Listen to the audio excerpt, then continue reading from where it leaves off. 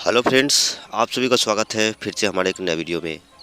हम आपके लिए हर रोज़ गीता की नई ज्ञान आप सभी के सामने लाते रहते हैं। इसलिए अगर आपको भी जीवन में हर तरफ सफलता पानी है, जीवन में अपनी दुखों को भुलाकर सुख, अगर आप भी सुख चाहते हैं तो हमारे द्वारा दी गई ज्ञान, गीता की ज्ञानें हम हर रोज़ इस वीडियो पर लाते रहते हैं।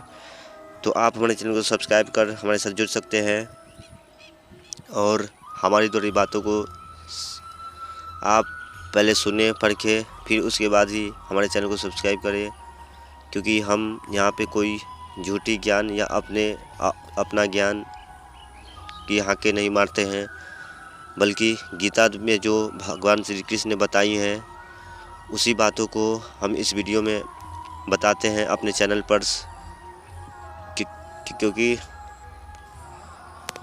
लोगों को अपना जब ज्ञान नहीं हो अपने पास तो किसी को ज्ञान भी नहीं देना चाहिए, क्योंकि झूठा ज्ञान सबसे बेकार होता है और आधा अधूरी बात तो हमेशा विष के समान होता है। इसलिए किसी पर ऐसे यकीन मत करें, उस पर पूरा जांच करके ही यकीन करना चाहिए, क्योंकि ये जीवन का सवाल है। तो आइए दोस्तों, आज बात करते हैं कि जीवन के दृष्टिकोण और सरल बना देता है जो चीज़, वो बातें जानते हैं भगवान श्री कृष्ण के इस श्लोक से।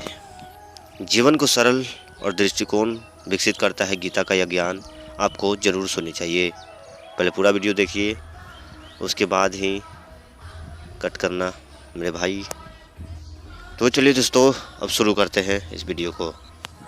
भगवद गीता के अध्याय 2 और श्लोक 57 में भगवान श्री कृष्ण कहते हैं कि जो व्यक्ति हर परिस्थिति में अनासक्त रहता है वह सुखी आने पर भी प्रसन्न नहीं होता और दुखी आने पर भी क्लेश से नहीं भरता, वह एक सच्चा ज्ञान वाला ऋषि है। चाहे वह व्यक्ति सन्यासी हो या फिर गृहस्थी, फिर उसे कोई फर्क नहीं पड़ता, वो बहुत ज्ञान वाला व्यक्ति है।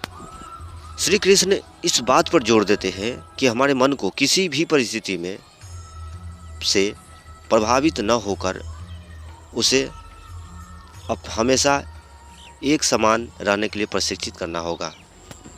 हमें हर परिस्थिति में मन को अलग रखना सीखना चाहिए। हमें न तो सौभाग्य से अत्यधिक प्रसन्न होना चाहिए और न ही दुखी से दुख होना चाहिए। हमें हमेशा अपने मन को इस प्रभाव से अलग रखना चाहिए।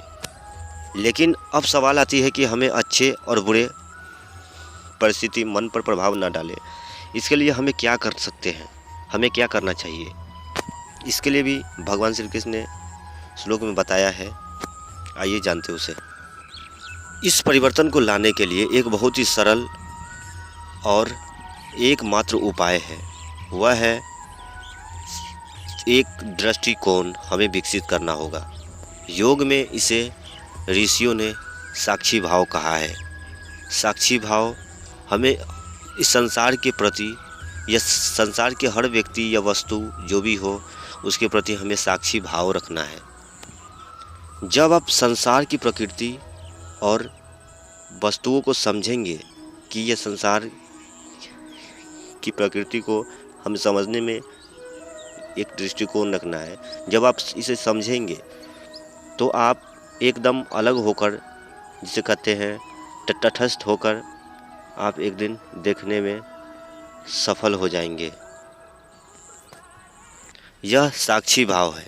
जब आप कोई फिल्म या मूवी देख रहे हो तो आप जानते हैं कि यह एक काल्पनिक है और उसमें काम कर रहे कलाकार कितने भी उस फिल्म को हकीकत दिखा दे, आप इस बात पर विश्वास नहीं कर सकते कि ऐसा हो ही नहीं सकता। इसलिए फिल्म समाप्त होने के बाद आप वास्तविकता में लौट आते हैं। इसी तरह साक्षी भाव का अर्थ है कि मन का लगातार निरीक्षण करते रहना, ताकि यह भोग वस्तुओं की विषयों में यह लिप्त न हो जाए। इसका अर्थ है वर्तमान में जीना। वर्तमान में जीने का अर्थ है जब आप वर्तमान में होंगे तो आप अपने सच्चे और शुद्ध भाव को जी रहे होंगे। इसलिए साक्षी भाव बेहद ज़रूरी है जीवन में।